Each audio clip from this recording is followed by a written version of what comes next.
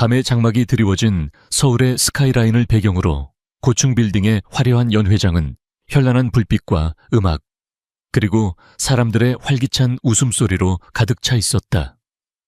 고급 와인 잔들이 부딪히는 소리, 형식적인 인사말들이 오가는 소리가 마치 거대한 오케스트라의 연주처럼 공간을 채웠다.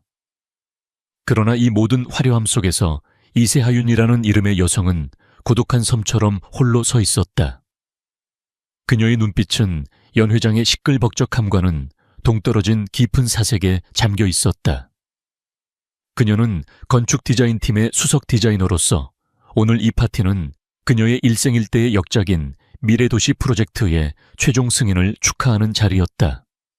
모두가 그녀의 성공을 축하하는 듯 보였지만 그녀의 내면은 불안감으로 가득 차 있었다. 하윤은 날카로운 통찰력과 섬세한 감각을 지닌 천재적인 건축가였다. 그녀가 설계한 건물들은 단순한 구조물을 넘어 그 도시의 역사와 문화를 담아내는 하나의 예술 작품으로 평가받았다. 그녀의 디자인은 항상 혁신적이었지만 실용성과 아름다움이라는 두 가지 가치를 모두 완벽하게 담아냈기에 업계에서 그녀의 명성은 이미 확고했다. 그러나 그녀의 재능은 그녀의 상사인 김상무의 시샘과 견제 속에서 빛을 발하지 못하고 있었다. 김상무는 그녀의 아이디어를 훔치고 그녀의 노력을 자신의 공로로 포장하려는 전형적인 권력 남용자였다. 하윤은 그의 노골적인 방해에도 불구하고 꿋꿋이 자신의 길을 걸어왔고 마침내 오늘 그녀의 노력은 결실을 맺을 것처럼 보였다. 이세하윤 씨, 드디어 프로젝트가 최종 승인되었습니다. 축하드립니다. 김상무의 기름진 목소리가 하윤의 귓가에 들려왔다. 그는 뚱뚱하고 탐욕스러운 얼굴에 가식적인 미소를 띤 채 그녀의 앞에 섰다.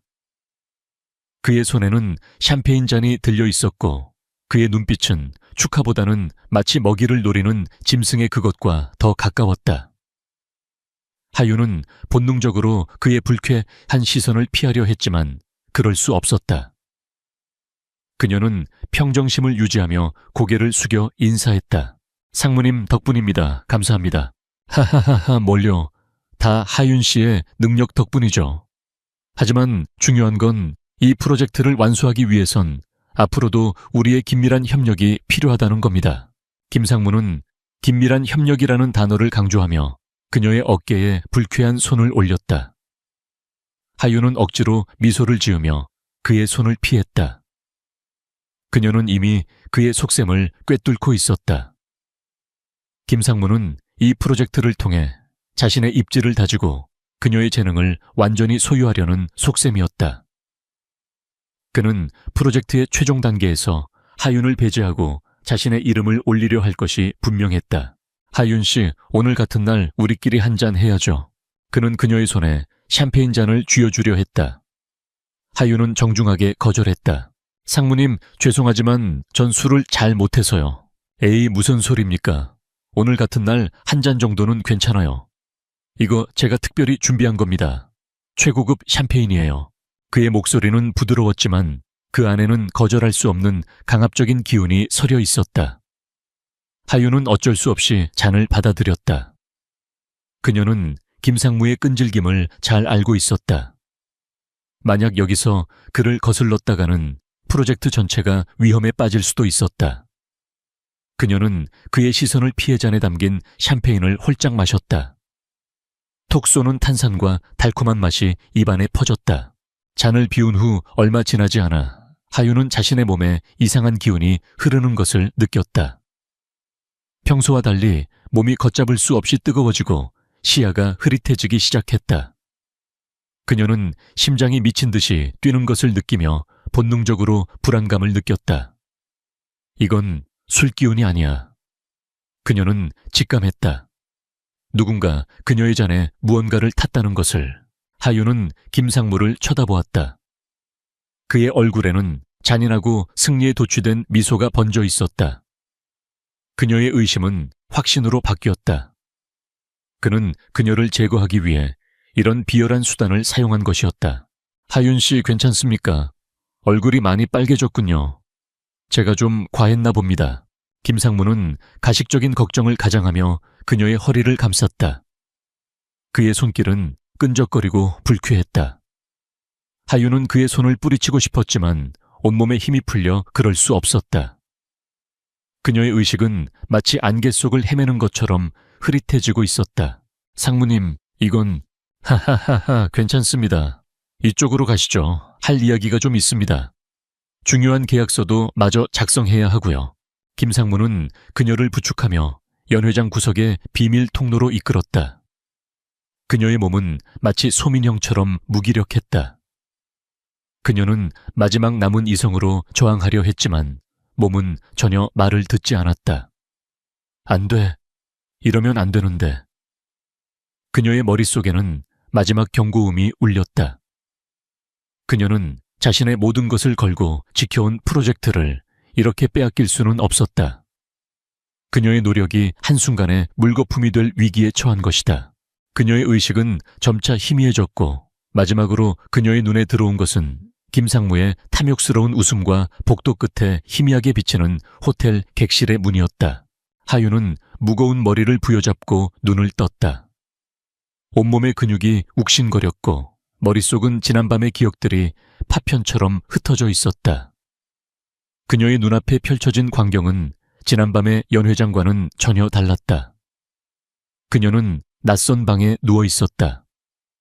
고급스러운 킹사이즈 침대 실크 이불, 그리고 방 한쪽 벽면을 가득 채운 통유리창 너머로 펼쳐진 도시의 풍경이 그녀를 압도했다. 그곳은 분명 어제 김상무가 그녀를 데려갔던 칙칙하고 저렴한 호텔 객실과는 달랐다. 하윤은 온몸의 감각을 되찾기 위해 애썼다. 그녀는 몸을 일으켜 앉았다. 그녀의 옷은 깔끔하게 정돈되어 있었고 몸에는 아무런 불쾌한 흔적도 없었다. 마치 아무 일도 없었던 것처럼. 하지만 그녀의 머릿속에는 김상무의 악마 같은 미소와 호텔 객실로 향하던 기억이 생생하게 남아있었다. 도대체 무슨 일이 있었던 거지? 그녀는 혼란에 빠졌다. 그때 침대 옆 작은 테이블 위에 놓인 서류 봉투 하나가 그녀의 시선을 사로잡았다. 봉투 위에는 그녀의 이름이 또렷하게 새겨져 있었다. 그녀는 떨리는 손으로 봉투를 열었다. 그 안에는 어제 그녀가 작성하기로 했던 프로젝트 계약서가 아닌 전혀 다른 종류의 계약서가 들어 있었다. 혼인 계약서. 그녀의 눈동자가 흔들렸다. 계약서에는 그녀의 이름과 함께 낯선 남자의 이름이 적혀 있었다. 강태준. 그녀는 그 이름을 본 적이 없었다. 계약서의 내용은 더욱 충격적이었다. 본 계약은 양 당사자가 자유의지에 따라 혼인을 체결함을 명시하며 하윤은 계약서를 든 채로 멍하니 앉아 있었다. 그때 그녀의 뒤에서 중저음의 목소리가 들려왔다. 개개했군. 하윤은 깜짝 놀라 뒤를 돌아보았다. 통유리창 앞에서 도시의 아침 햇살을 등지고 서 있는 한 남자가 있었다. 그의 실루엣은 마치 조각상처럼 완벽했다. 그는 검은색 정장 차림으로 한 손에는 커피잔을 들고 있었다. 그의 얼굴은 햇빛에 가려져 잘 보이지 않았지만 그의 존재감만으로도 방 전체가 압도되는 듯했다. 하윤은 그 남자를 뚫어져라 쳐다보았다. 그는 김상무와는 전혀 다른 종류의 남자였다. 젊고 날카로운 턱선과 높은 콧대를 가지고 있었으며 그의 눈빛은 깊고 차가웠다. 마치 겨울의 호수처럼 그 어떤 감정도 읽을 수 없었다. 그는 그녀의 놀란 시선에도 아랑곳하지 않고 천천히 그녀에게 다가왔다. 이게 대체 무슨 일이죠? 하윤은 떨리는 목소리로 물었다. 보다시피 당신은 이제 내 아내가 될 예정이야. 그의 목소리는 무미건조했지만 그 안에는 거부할 수 없는 권위가 담겨 있었다. 하윤은 그 남자의 말을 이해할 수 없었다. 그녀는 어젯밤 김상무의 음모에 빠져 그의 놀이개가 될 뻔했다. 그런데 눈을 뜨니 낯선 남자와 혼인 계약서를 앞에 두고 있었다. 모든 것이 현실 같지 않았다. 그녀는 혼란과 분노가 뒤섞인 감정으로 그를 노려보았다. 당신 누구죠? 강태준, 당신의 미래 남편이 될 사람. 그는 그 어떤 감정도 담지 않은 목소리로 자신을 소개했다. 강태준, 그 이름은 그녀의 머릿속에 혼란스럽게 맴돌았다. 그는 누구인가? 왜 그녀와 이런 계약을 맺으려 하는가? 그리고 어젯밤 김상무의 계획은 어떻게 된 것인가? 수많은 질문들이 하윤의 머릿속을 스쳐 지나갔다. 그녀의 직감은 이 모든 일들이 결코 우연이 아니며 이 남자 강태준이 그녀의 운명에 깊숙이 개입했다는 것을 알려주었다. 그는 단순한 남자가 아니었다. 그의 눈빛에는 지배자의 냉혹함과 함께 그녀가 이해할 수 없는 어떤 의도가 숨겨져 있었다. 그녀의 복잡한 감정은 두려움, 분노, 그리고 알 수 없는 기대감까지 뒤섞여 있었다. 그녀는 지금 자신의 삶이 완전히 새로운 방향으로 예측 불가능한 운명으로 흘러가고 있음을 직감했다. 그리고 그 중심에는 바로 이 남자 강태준이 있었다. 그녀는 어제의 악몽 같던 사건과 오늘 아침의 충격적인 현실 사이에서 자신의 삶이 거대한 소용돌이에 휩쓸렸음을 깨달았다. 그녀의 평범했던 삶은 이제 막을 내리고 새로운 막이 오르고 있었다. 이 새로운 막은 그녀에게 무엇을 가져다 줄 것인가? 공포스러운 미스터리일까? 아니면 예상치 못한 기회일까? 그녀는 아직 답을 알 수 없었다. 태양의 빛이 창문을 통해 쏟아져 들어오며 방 안을 환하게 비추고 있었지만 하윤의 마음속은 여전히 짙은 어둠 속에 갇힌 듯 혼란스러웠다. 그녀의 손에는 혼인계약서라는 충격적인 서류가 들려 있었고 눈앞에는 자신을 미래 남편이라고 소개하는 강태준이라는 남자가 서 있었다. 그의 존재는 마치 차가운 겨울바람처럼 하윤의 심장을 파고들었다. 이게 무슨 말도 안 되는 소리예요. 혼인계약서라니. 누가 당신 같은 사람과 결혼을 해요. 하윤은 떨리는 목소리 속에서도 억지로 분노를 끄집어냈다. 그녀는 상황을 받아들일 수 없었다. 어젯밤의 끔찍한 기억과 오늘 아침의 황당한 현실이 충돌하며 그녀의 정신을 붕괴시킬 것만 같았다. 강태준은 하윤의 격앙된 반응에 전혀 흔들리지 않았다. 그의 눈빛은 여전히 차분하고 냉정했다. 그는 천천히 걸어와 그녀의 앞에 놓인 의자에 앉았다. 그의 등 뒤로 도시의 풍경이 마치 그의 거대한 왕국인 것처럼 펼쳐져 있었다. 진정해요, 이세하윤 씨. 먼저 당신에게 무슨 일이 있었는지부터 설명하죠. 그는 커피잔을 내려놓고 침착하게 말을 이어갔다. 그의 목소리는 낮고 단호하여 마치 모든 것을 통제하고 있다는 듯한 인상을 주었다. 어젯밤 김상무라는 자가 당신을 속여 호텔로 데려간 것을 알고 있습니다. 하윤은 그의 말에 눈을 크게 떴다. 그녀는 아무에게도 그 사실을 말한 적이 없었다. 그녀의 불안감은 더욱 커져갔다. 이 남자는 도대체 누구이며 어떻게 이 모든 것을 알고 있는가? 걱정할 필요 없습니다. 당신에게 어떤 불미스러운 일도 일어나지 않았으니까. 강태준은 그녀의 의심을 읽은 듯 말을 이었다. 내가 보낸 사람들이 당신을 데려왔습니다. 김상무는 지금 완전히 다른 상황에 처해 있을 겁니다. 어젯밤의 사건은 내가 이미 당신을 구하고 그의 음모를 역이용하는 데 사용했으니까. 하윤은 그의 말에 충격을 금치 못했다. 그녀는 그저 술에 취해 정신을 잃었을 뿐인데 그 짧은 시간 동안 거대한 그림이 그려지고 있었다는 것을 깨달았다. 그녀는 그가 단순히 그녀를 구해준 것이 아니라 어떤 목적을 가지고 이 모든 것을 계획했음을 직감했다. 당신, 대체 누구예요? 그리고 왜 저를 도와준 거죠? 나는 강태준 J그룹의 대표입니다. 당신이 속한 G건설의 주요 경쟁사죠. 그의 말에 하윤의 머릿속은 더욱 복잡해졌다. J그룹 강태준. 그녀는 그 이름을 들어본 적이 있었다. 그는 업계에서 신화 같은 존재였다.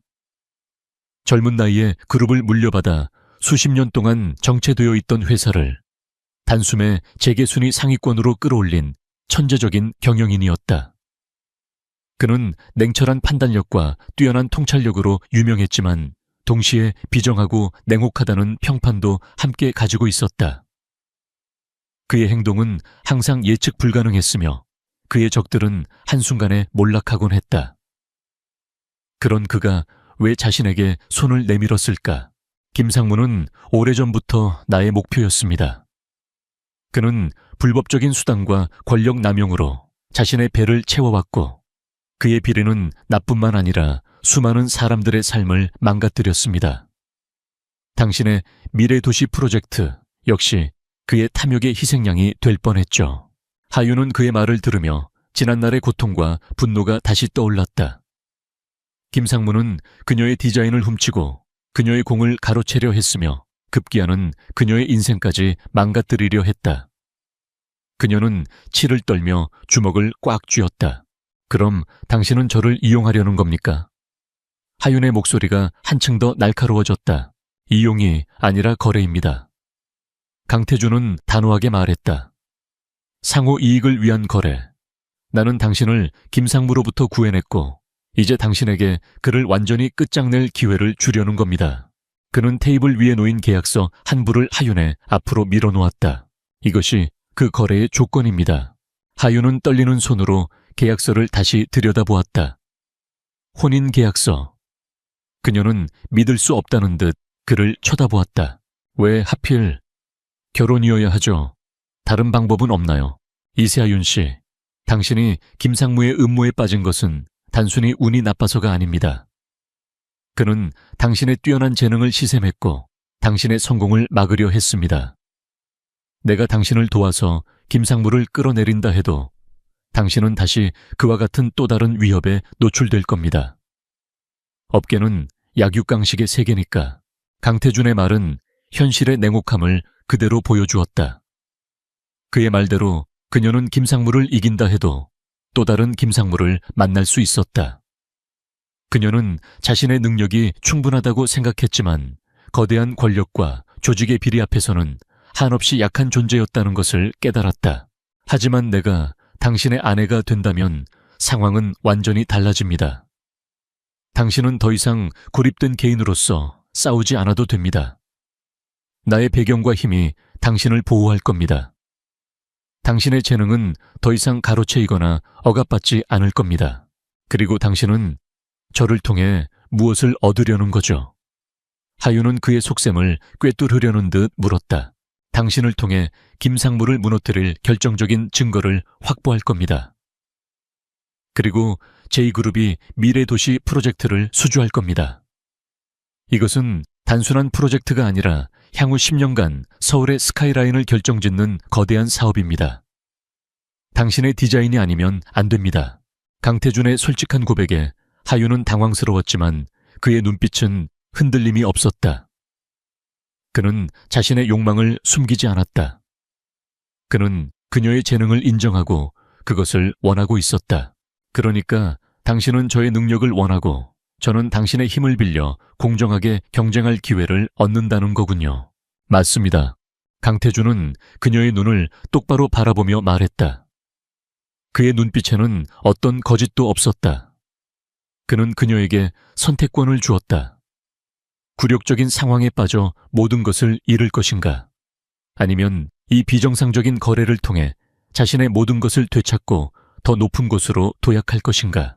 하윤은 깊은 고민에 빠졌다. 이 거래는 그녀의 자존심을 짓밟는 것이었다. 그녀의 인생은 한 번도 타인의 도움에 의존한 적이 없었다. 그녀는 언제나 자신의 능력으로 모든 것을 이루어왔다. 하지만 지금 그녀의 힘만으로는 김상무라는 거대한 벽을 넘을 수 없다는 것을 깨달았다. 이 거래는 단순히 그녀의 경력을 위한 것이 아니었다. 그것은 그녀의 명예와 그녀의 꿈을 위한 마지막 기회였다. 그녀의 머릿속에는 지난날 그녀가 밤을 새워가며 그린 설계도들, 그녀의 손때가 묻은 수많은 스케치들이 스쳐 지나갔다. 그녀의 모든 열정과 노력이 김상무의 탐욕 때문에 물거품이 될 위기에 처한 것을 생각하니 그녀의 마음은 끓어오르는 분노로 가득 찼다. 내가 여기서 포기할 수는 없어. 하윤은 주먹을 꽉 쥐었다. 비록 이 거래가 그녀의 자존심을 꺾는 일일지라도 그녀의 꿈을 지키기 위해서는 어떤 대가라도 치를 각오가 되어 있었다. 그녀는 자신을 구해준 강태준에게 빚을 지고 있다는 것도 알고 있었다. 그 빚을 갚기 위해서라도 그녀는 이 거래를 받아들여야 했다. 그녀는 강태준의 제안이 단순히 그녀를 이용하는 것이 아니라 그녀에게 새로운 기회를 부여하고 있음을 깨달았다. 좋아요.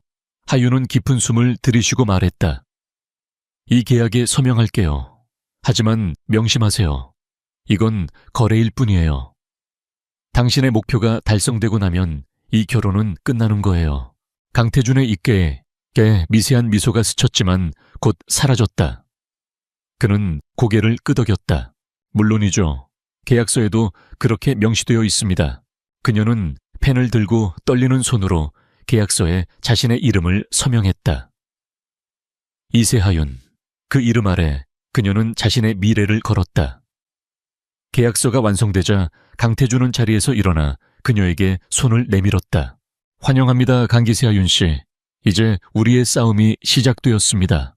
그녀는 그의 손을 잡았다.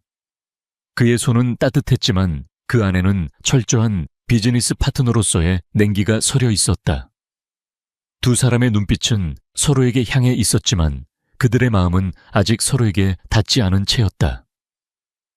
그들의 관계는 이제 혼인이라는 가면 아래 숨겨진 복잡하고 위험한 동맹이 되었다.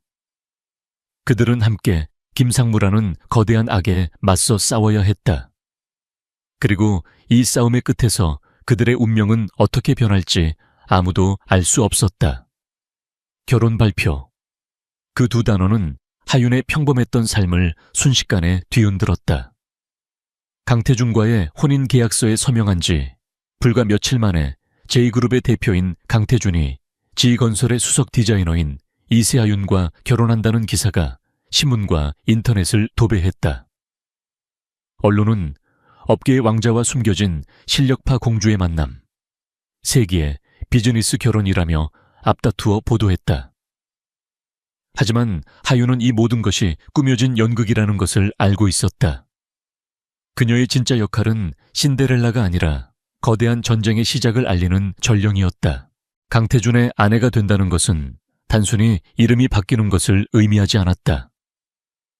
하윤은 이제 강기세 하윤으로서 새로운 세상 J그룹의 든든한 보호막 아래 놓이게 되었다. 그러나 동시에 그녀는 수많은 시기와 질투, 그리고 끊임없는 감시의 시선에 노출되었다.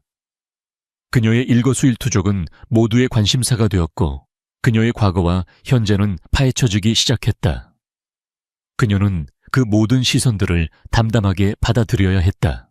결혼 발표 후 첫 공식 석상.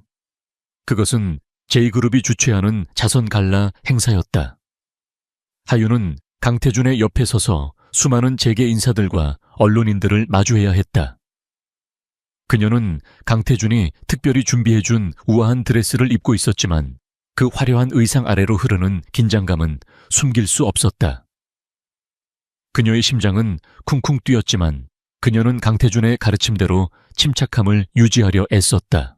모두가 당신을 지켜보고 있습니다. 당신의 일거수일투족, 당신의 표정 하나하나가 기사화될 겁니다. 하지만 흔들리지 마세요. 당신은 내가 선택한 사람이라는 것을 잊지 마십시오. 강태준의 목소리가 귓가에 조용히 들려왔다. 그의 말은 위로라기보다는 차가운 명령에 가까웠지만 하윤에게는 그 어떤 위로보다도 더 큰 힘이 되었다. 그녀는 그의 말을 되새기며 미소를 지었다. 가식적이지만 완벽하게 연출된 미소였다. 행사장은 J그룹의 명성에 걸맞게 화려하고 웅장했다. 하지만 그 화려함 뒤에는 차가운 이해관계와 권력의 암투가 숨겨져 있었다. 사람들은 하윤에게 다가와 축하 인사를 건넸지만 그들의 눈빛에는 축하보다는 호기심과 경계심이 더 짙게 서려 있었다. 그녀는 그들의 눈빛 속에서 그들이 자신을 어떻게 생각하는지 읽을 수 있었다. 김상무에게 버림받은 여자. 어떻게 J그룹의 대표를 꼬셨지? 얼마나 버틸까? 그녀는 그들의 시선을 무시하고 강태준의 팔짱을 낀 채 당당하게 걸었다. 그때 한 무리의 사람들이 그들에게 다가왔다. 그 중심에는 하윤에게는 너무나도 익숙한 얼굴, 바로 김상무가 있었다. 그의 옆에는 그동안 하윤을 괴롭혔던 지건설의 임원진들이 서 있었다. 김상무의 얼굴은 지난번보다 훨씬 더 일그러져 있었고 그의 눈은 분노와 질투로 이글거렸다. 강태준 대표님 뜻밖이군요. 지건설의 평범한 디자이너였던 분이 이렇게 대표님의 아내가 되다니 축하드립니다. 김상무는 평범한 디자이너라는 단어를 강조하며 하윤을 조롱했다. 그의 목소리에는 명백한 적개심이 담겨 있었다. 강태준은 김상무의 말을 무시하듯 차가운 눈빛으로 그를 응시했다. 추가해 주셔서 감사합니다, 김상무님. 이제 이세하윤 씨가 아닌 강기세하윤이라고 불러주셨으면 좋겠군요. 강태준의 단호한 말에 김상무는 얼굴이 굳어졌다. 하윤은 김상무의 당황스러운 표정을 보며 내심 통쾌함을 느꼈다. 그동안 그녀를 억압했던 모든 감정들이 한순간에 폭발하는 것 같았다. 하지만 걱정이 많습니다. 대표님 같은 분이 이런 여자를 만나서 업계에 소문이 자자합니다. 이 여자가 그동안 얼마나 많은 남자들을 갈아치웠는지 김상무는 비열하게 하윤의 명예를 훼손하려 했다. 하지만 강태준은 그의 말이 끝나기도 전에 차갑게 입을 열었다. 김상무님, 당신이 한 말은 모두 녹음되었습니다. 공공연한 명예훼손에 대해 법적으로 대응할 것입니다. 그리고 당신의 더러운 입으로 나의 아내를 언급하지 마십시오. 강태준의 경고에 김상무는 얼굴이 새하얗게 질렸다. 그는 아무 말도 하지 못하고 자리에서 물러났다. 하윤은 강태준의 단호한 태도에 놀랐다. 그는 그녀를 위해 거침없이 나서는 모습을 보여주었다. 그의 행동은 단순히 계약에 따른 것이 아닌 그녀에 대한 진정한 존중에서 나온 것임을 느낄 수 있었다. 그녀의 마음속에는 차가웠던 그에 대한 새로운 감정이 싹트기 시작했다. 그날 밤 하윤은 강태준의 서재에 앉아 있었다. 그녀는 그날 있었던 일들을 곱씹으며 복잡한 감정에 휩싸였다. 그때 강태준이 서재로 들어왔다. 그는 그녀에게 따뜻한 차 한 잔을 건네주었다. 무세운 생각을 그렇게 합니까? 그냥 당신이 왜 저를 위해 그렇게까지 해줬는지 궁금해서요. 계약상 명예를 지켜줘야 한다고는 했지만 당신은 이제 나의 아내입니다. 내 아내의 명예가 곧 나의 명예입니다. 그리고 김상무의 비열함은 이미 모두가 알고 있는 사실입니다. 그의 말을 믿을 사람은 아무도 없어요. 강태준은 그녀의 눈을 똑바로 바라보며 말했다. 그의 눈빛은 여전히 차가웠지만 그 안에는 그녀를 보호하려는 의지가 엿보였다. 이제부터 우리는 단순히 계약 관계를 넘어 진정한 파트너가 되어야 합니다. 김상무의 비리를 캐내고 미래 도시 프로젝트를 성공시키기 위해선 당신의 도움이 필요합니다. 당신의 뛰어난 통찰력과 건축가로서의 지식이 필요합니다. 하윤은 고개를 끄덕였다. 그녀는 이미 마음속으로 결심한 상태였다. 그녀는 더 이상 수동적으로 당하지만은 않을 것이다. 그녀는 강태준의 힘을 빌려 자신의 재능과 지식으로 김상무에게 복수할 것이다. 그녀는 강태준이 건네준 J그룹의 보안 시스템에 접속했다. 그녀는 그곳에서 지건설의 모든 프로젝트 관련 자료를 열람할 수 있었다. 그녀는 지난밤 김상무가 그녀에게 억지로 마시게 했던 술잔을 떠올렸다. 그리고 그 순간 그녀의 머릿속에 번개처럼 한 가지 생각이 스쳐 지나갔다. 김상무는 항상 프로젝트의 재료를 조달하는데 유독 집착했어. 특히 이번 프로젝트에서 그의 태도는 평소와 달랐어. 하윤은 곧바로 미래도시 프로젝트의 모든 자료를 검토하기 시작했다. 그녀는 밤을 새워가며 수많은 도면과 계약서, 그리고 재료 조달 서류들을 분석했다.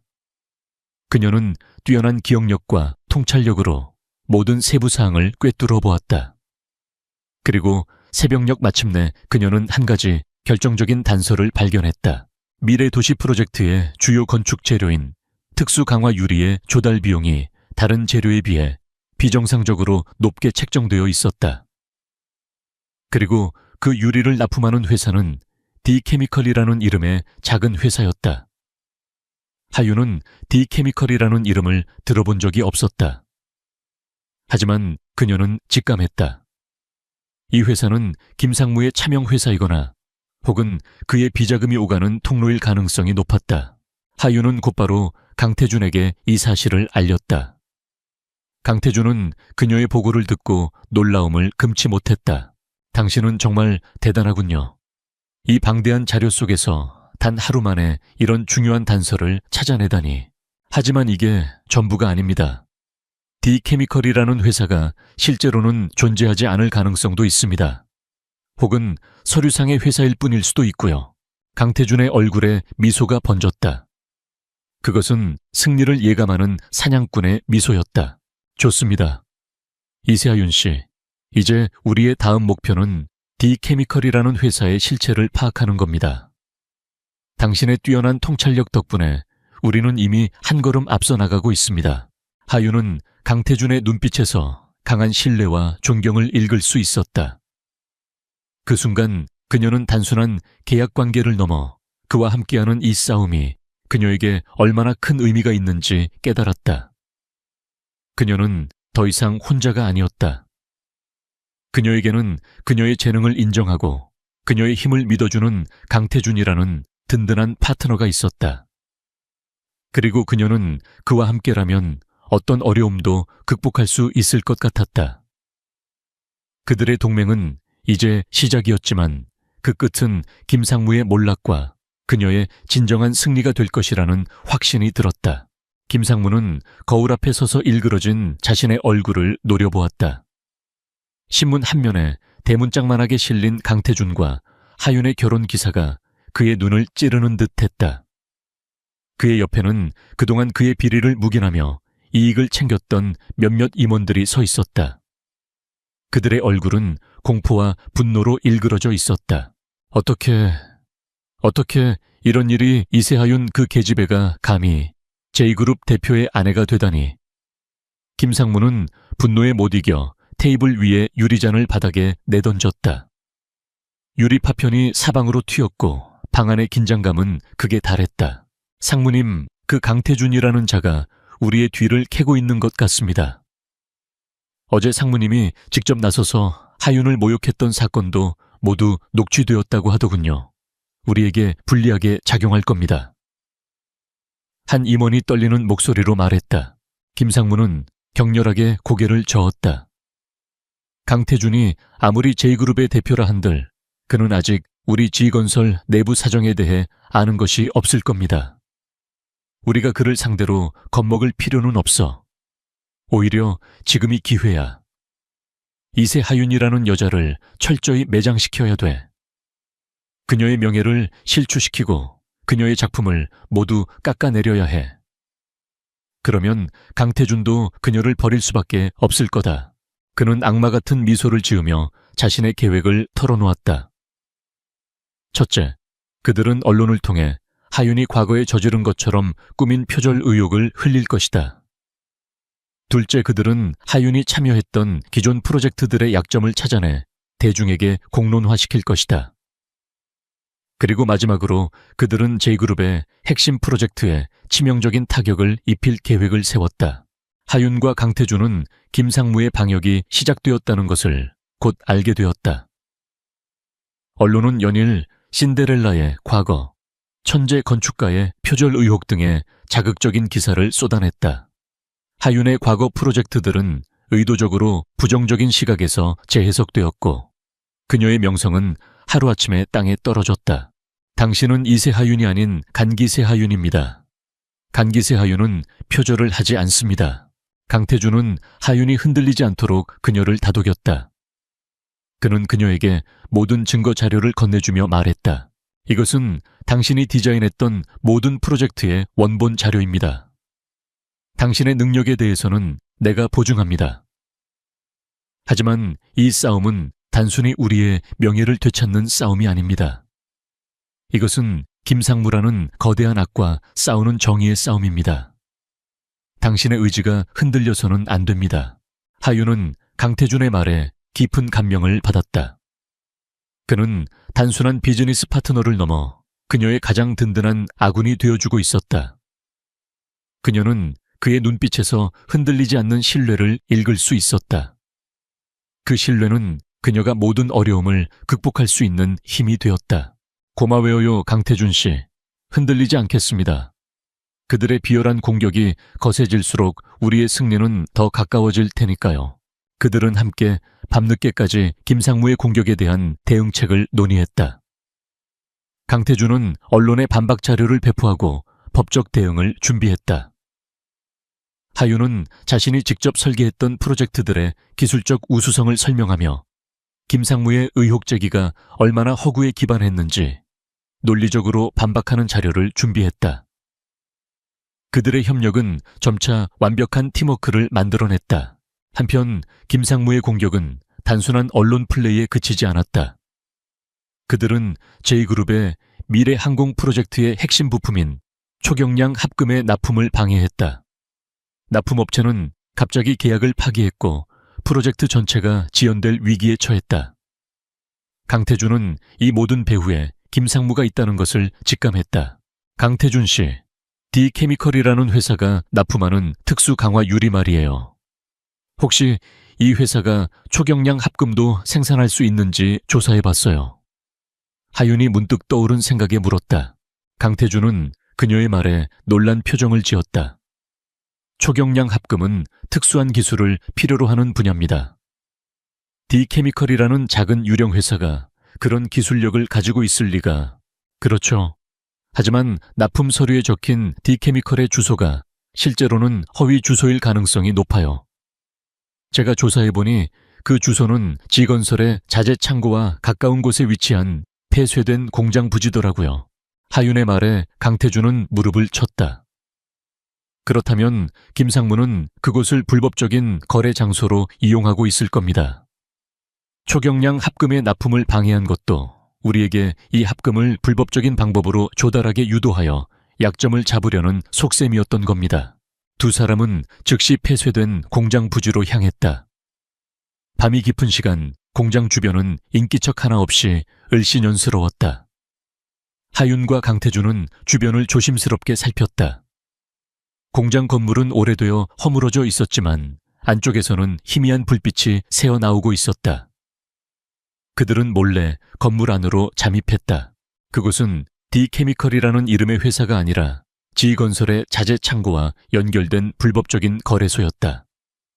그곳에는 초경량 합금뿐만 아니라 수많은 불법적인 물품들이 쌓여 있었다.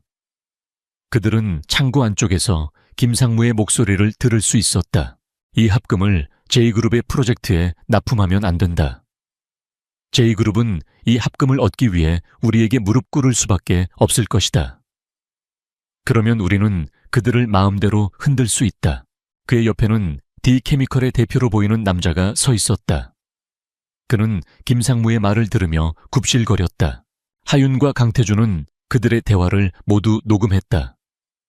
그리고 그곳에서 그들은 결정적인 증거를 발견했다. 그것은 김상무가 그동안 저질렀던 모든 불법적인 거래 내역이 담긴 비밀 장부였다. 장부에는 D케미컬을 비롯한 수십 개의 유령 회사 이름과 그를 통해 오고 간 거액의 비자금 내역이 상세하게 기록되어 있었다. 그 장부에는 G건설의 다른 고위 임원들의 이름도 함께 올라와 있었다. 하윤은 떨리는 손으로 장부를 넘겼다. 그 속에는 그녀의 프로젝트를 방해하고 그녀의 명예를 훼손하려 했던 김상무의 더러운 속셈이 고스란히 담겨 있었다. 그리고 그녀는 그 장부 속에서 그녀의 프로젝트를 위해 헌신했던 수많은 동료들의 노력과 꿈이 짓밟힌 흔적을 보았다. 이게 전부였군요. 그의 탐욕이 얼마나 거대했는지 저는 상상도 못했어요. 하윤의 눈에서 분노와 슬픔이 뒤섞인 눈물이 흘렀다. 강태준은 그녀의 어깨를 감싸 안았다. 이제 끝낼 때가 됐습니다. 당신의 명예와 정의를 되찾을 때가 왔습니다. 그들은 결정적인 증거를 손에 넣은 채 공장 건물을 빠져나왔다. 밤하늘의 달은 그들의 승리를 축복하는 듯 밝게 빛나고 있었다. 그들은 이제 김상무와 그의 거대한 부패 세력에 맞설 마지막 무기를 손에 넣었다. 다음 날 그들은 이 모든 것을 끝낼 것이다. 그리고 그들의 진짜 싸움은 이제 시작되었다. 제2건설의 이사회 회의실은 팽팽한 긴장감으로 가득 차 있었다. 회의실 중앙에 앉은 김상무의 얼굴에는 자신감과 승리에 대한 확신이 넘쳐 흘렀다. 그는 오늘 이사회에서 자신의 입지를 확고히 하고 미래 도시 프로젝트에 대한 모든 권한을 최종적으로 위임받을 계획이었다. 그의 옆에 앉은 임원들은 그의 말에 고개를 끄덕이며 동조했다. 그들은 모두 김상무의 부패한 네트워크에 얽혀 있었다. 미라의 도시 프로젝트는 우리 지건설의 미래를 책임질 핵심 사업입니다. 우리는 이 프로젝트를 통해 서울의 스카이라인을 재정의할 것이며 우리의 명성을 더욱 공고히 할 것입니다. 김상무는 마이크를 잡고 거만하게 말했다.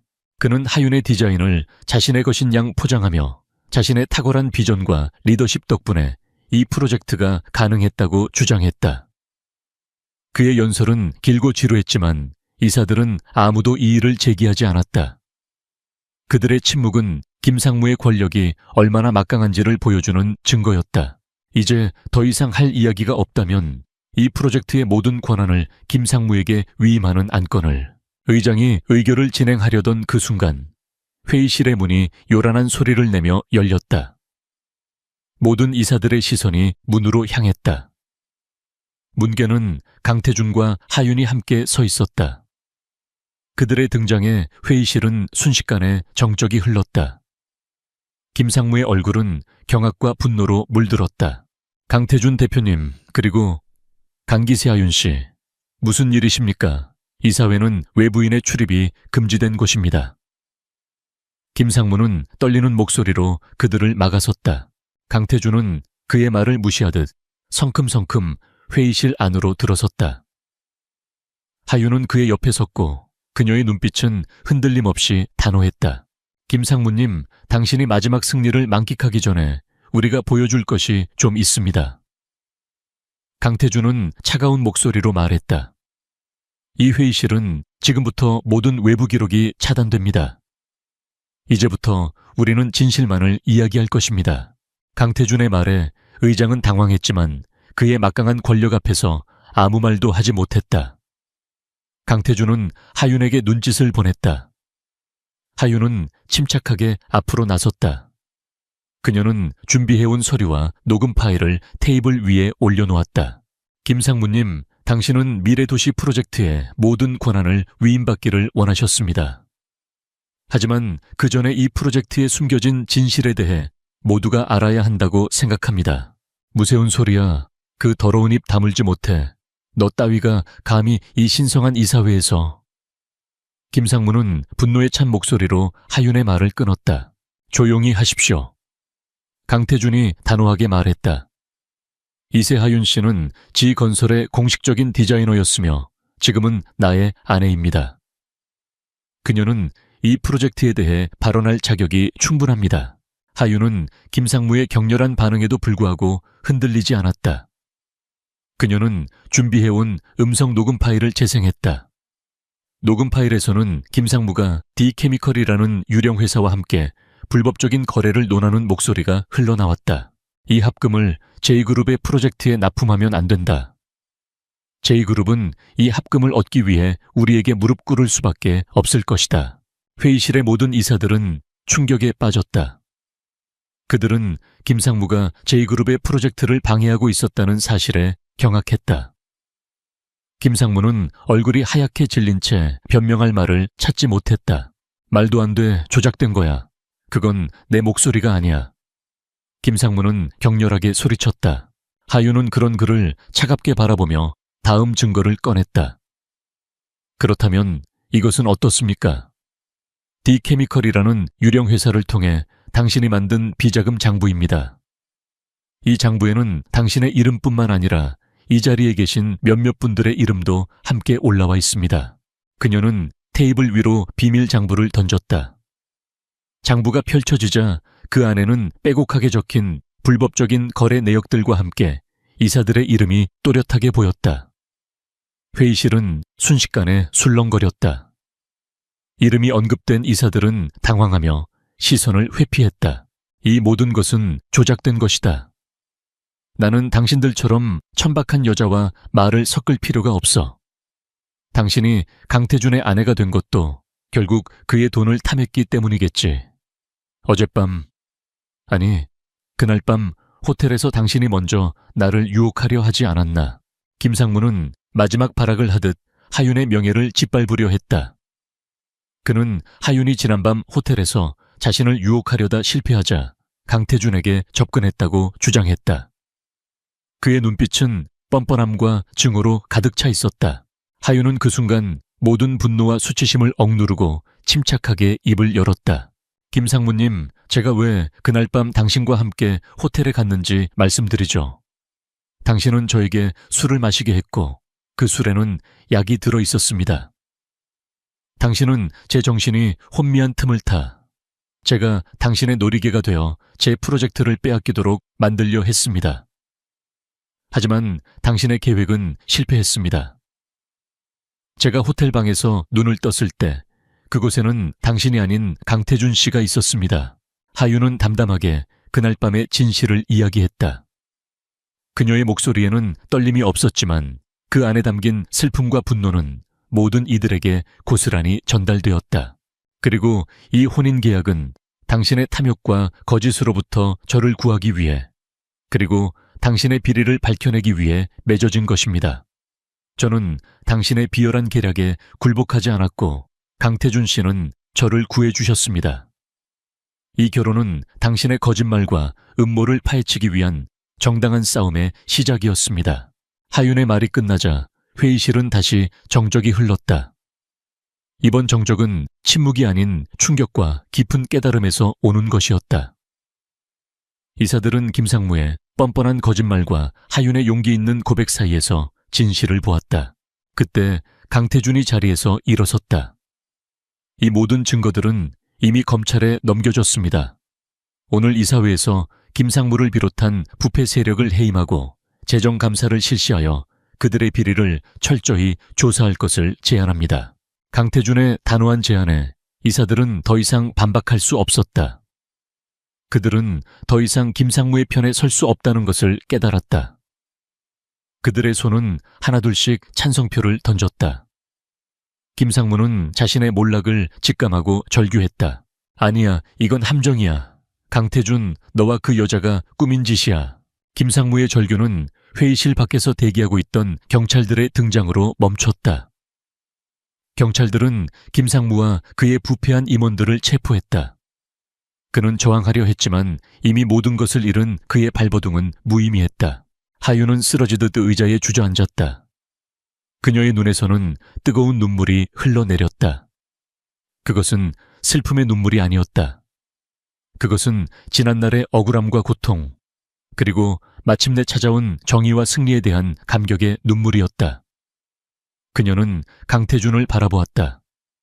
그는 그녀의 어깨를 조용히 감싸 안아주었다. 그들의 눈빛이 마주쳤을 때 그들은 이 싸움에서 승리했음을 확인했다. 그들의 위장된 관계는 이제 진실의 빛 아래에서 새로운 시작을 맞이하게 되었다. 지-개운설 이사회실에서 김상무가 경찰에 체포되던 그 순간은 단순히 한 개인의 몰락을 의미하는 것이 아니었다. 그것은 오랫동안 부패와 탐욕에 갇혀있던 기업의 어두운 역사가 종말을 구하고 새로운 정의와 희망이 싹트는 시작점이었다. 언론은 김상무와 그의 부패한 임원진에 대한 보도를 연일 쏟아냈다. 지건설 부패 스캔들, 천재 건축가 강기세 하윤의 용기 있는 폭로 등의 헤드라인이 거리를 가득 메웠다. 하윤의 이름은 더 이상 평범한 디자이너가 아니었다. 그녀는 자신의 명예를 걸고 거대한 권력에 맞섰던 용감한 인물로, 그리고 자신의 재능을 끝까지 지켜낸 진정한 전문가로 대중의 찬사를 받았다. 지건설의 주가는 폭락했지만 하윤이 이끌 미래 도시 프로젝트에 대한 기대감은 오히려 높아졌다. 프로젝트의 원작자인 그녀의 손에 의해 이 프로젝트가 완성될 것이라는 사실에 사람들은 열광했다. 며칠 후 지건설은 임시 이사회를 열고 김상무와 관련된 모든 부패 세력을 해임했다. 그리고 하윤은 이 프로젝트의 총괄 책임자로 복귀했다. 그녀는 그동안 빼앗겼던 모든 권한과 자료를 되찾았다. 그녀가 처음 이 프로젝트를 시작했을 때의 열정과 꿈은 그대로였지만 이제 그녀는 훨씬 더 강해져 있었다. 그녀의 눈빛에는 과거의 불안함 대신 흔들리지 않는 확신이 서려 있었다. 하윤은 자신의 사무실에서 미래도시 프로젝트의 최종 설계도를 검토하고 있었다. 그녀의 책상 위에는 그녀가 밤을 새워가며 그렸던 수많은 스케치들과 도면들이 펼쳐져 있었다. 그녀는 그 모든 것들을 다시 한번 꼼꼼하게 살폈다. 김상무의 방해로 인해 훼손되거나 왜곡되었던 부분들을 바로잡고 자신의 원래 비전을 완벽하게 구현하기 위해 노력했다. 그때 누군가 노크 소리와 함께 사무실로 들어왔다. 강태준이었다. 그는 조용히 그녀의 옆에 서서 그녀가 작업하는 모습을 지켜보았다. 그의 얼굴에는 이전의 차가운 가면 대신 따뜻하고 부드러운 미소가 번져 있었다. 이제 모든 것이 제자리를 찾았군요. 강태준이 조용히 말했다. 하윤은 고개를 끄덕였다. 네, 당신 덕분입니다. 당신이 아니었다면 저는 아마 모든 것을 잃었을 거예요. 그리고 진실을 밝혀낼 수도 없었겠죠. 당신은 스스로의 힘으로 이 모든 것을 해냈습니다. 나는 그저 작은 도움을 주었을 뿐입니다. 당신의 능력과 용기가 아니었다면 우리는 김상무를 무너뜨릴 수 없었을 겁니다. 강태준의 말은 진심이었다. 그는 하윤의 재능을 누구보다 높이 평가하고 있었다. 그는 그녀가 가진 내면의 힘과 꺾이지 않는 의지에 깊은 감명을 받았다. 그와의 첫 만남에서 그는 그녀를 단순히 자신의 목표를 위한 도구로 생각했지만 함께 싸워오는 동안 그는 그녀에게서 단순한 비즈니스 파트너 이상의 감정을 느끼게 되었다. 하윤 역시 마찬가지였다. 그녀는 강태준을 처음 만났을 때 그를 차갑고 비정한 경영인으로 생각했다. 하지만 함께 위기를 헤쳐나가고 그의 도움을 받으며 그녀는 그의 깊은 배려와 인간적인 면모를 보게 되었다. 그는 항상 그녀를 존중했고 그녀의 의견에 귀 기울였으며 그녀가 위험에 처했을 때 가장 먼저 달려와 주었다. 그들의 관계는 더 이상 계약이라는 이름으로만 설명될 수 없는 것이 되었다. 이제 김상무는 법의 심판을 받게 될 겁니다. 우리의 목표는 달성되었습니다. 그리고 우리의 계약도 끝났습니다. 하윤은 계약이라는 단어를 말하며 씁쓸한 미소를 지었다. 그녀는 이 순간이 올 것을 알고 있었지만 막상 그 순간이 닥치자 마음이 복잡해졌다. 강태준은 하윤의 표정을 읽었다. 그는 그녀의 손을 부드럽게 잡았다. 계약은 끝났지만 우리의 관계는 어떻게 해야 할까요? 하윤은 그의 진심 어린 눈빛을 피할 수 없었다. 그녀는 그의 손에 닿은 자신의 손에서 느껴지는 따뜻함에 온몸이 녹아내리는 듯했다. 그녀의 심장은 다시금 쿵쾅거렸다. 그것은 처음 그를 만났을 때의 긴장감과는 전혀 다른 사랑이라는 감정에서 오는 떨림이었다. 모르겠어요. 저는 당신을... 하윤은 말을 잇지 못했다. 그녀는 그에게 어떤 말을 해야 할지 알 수 없었다. 나를 어떻게 생각합니까? 강태준은 그녀의 눈을 똑바로 바라보며 물었다. 그의 목소리는 이전보다 훨씬 더 부드러워져 있었다. 하윤은 용기를 내어 그의 눈을 마주했다. 그녀는 더 이상 자신의 감정을 숨기고 싶지 않았다. 저는 당신을 존경합니다. 그리고 당신에게 감사해요. 당신은 저의 인생을 바꿔주었어요. 그녀의 진심이 담긴 고백에 강태준은 미소를 지었다. 나는 당신을 존경합니다. 당신의 뛰어난 재능과 당신의 강인한 의지를, 그리고 당신을 사랑합니다. 그의 고백은 하윤의 심장을 멈추게 했다. 그녀는 그가 이런 말을 할 줄은 꿈에도 상상하지 못했다. 그녀는 눈물을 글썽이며 그의 품에 안겼다. 강태준은 그녀를 따뜻하게 안아주었다. 그들의 품은 서로에게 가장 안전하고 평온한 안식처가 되었다. 그들의 싸움은 끝났지만 그들의 진짜 이야기는 이제 막 시작된 것이었다. 그들은 더 이상 계약 관계가 아닌 사랑과 신뢰로 맺어진 진짜 부부가 될 수 있을까? 그리고 그들의 새로운 시작은 어떤 모습일까? 그들은 서로의 눈빛 속에서 그 모든 질문들에 대한 답을 찾을 수 있었다. 중7. 김상무와 그의 부패한 세력이 완전히 몰락한 후 서울은 평온을 되찾았다. 지건설은 새로운 리더십 아래 재편되었고 하윤의 미래 도시 프로젝트는 전폭적인 지원을 받으며 순조롭게 진행되었다. 그녀는 이제 누구의 방해도 받지 않고 자신의 비전을 마음껏 펼칠 수 있었다. 그녀의 사무실은 더 이상 불안과 압박의 공간이 아닌 그녀의 꿈이 현실이 되는 창조적인 공간이 되었다. 그러나 그녀의 삶에서 가장 큰 변화는 강태준과의 관계였다.